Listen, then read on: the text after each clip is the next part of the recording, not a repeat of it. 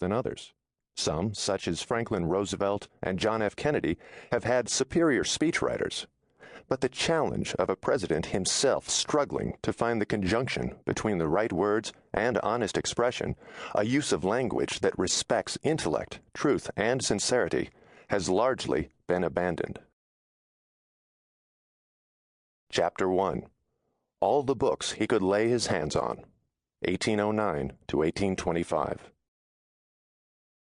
At 6 years of age, for a few weeks in the fall of 1815, in the town of Knob Creek, Hardin County, Kentucky, the boy went to his first school, taught by a typical frontier teacher, commissioned by local parents to provide children with basic skills and only sufficiently knowledgeable himself to rise modestly above that level.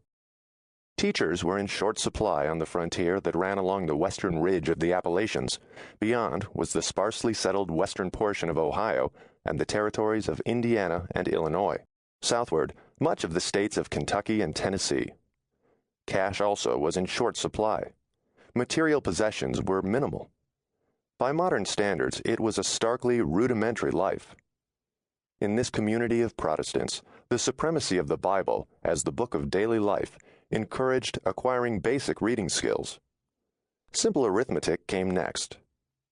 His father, the grown-up boy later recalled, sent him to this school with the avowed determination of giving him a thorough education.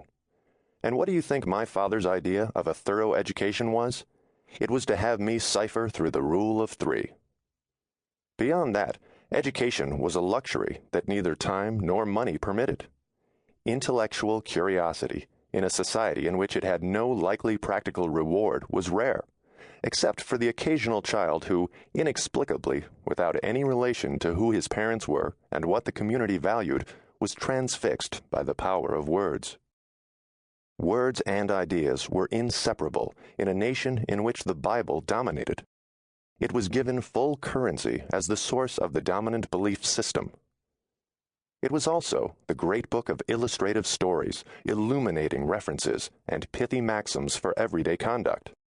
More than any other glue, it held the society together, regardless of differences of interpretation among Presbyterians, Baptists, and Methodists.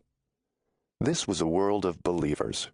Here and there was a deist, an agnostic, or an atheist, but even those who had grounds of disagreement with Christian theological claims generally did so within the tribal circle and expressed themselves in small deviances, such as not attending church regularly or at all. Deistic voices from afar, from the East Coast, from the Founding Fathers, even from Europe, occasionally could be heard in the Appalachian woods and beyond. The deists rationalized religion, eliminated mystery. There is a creator, a God. Otherwise, human beings are on their own, dependent on reason and action. But rural American Protestants in the 19th century much preferred miracle, redemption, brimstone, the literal truth of the Bible, and the apocalypse to come. As 6-year-old Abraham Lincoln began to learn to read, his household text was the Bible. His parents were fundamentalist believers, regular worshipers.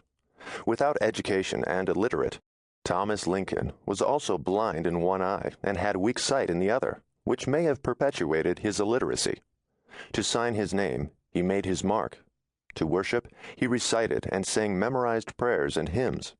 Since words and beliefs were inseparable, he depended on cues from others and especially on his memory, which was the agent of sacred prayer and biblical knowledge. Both literate and illiterate American Christians often memorized long stretches of the Bible, and as young boys like Abraham became literate, they developed their ability to remember. From an early age, Lincoln had a tenacious memory. By modern standards, few books were available to him.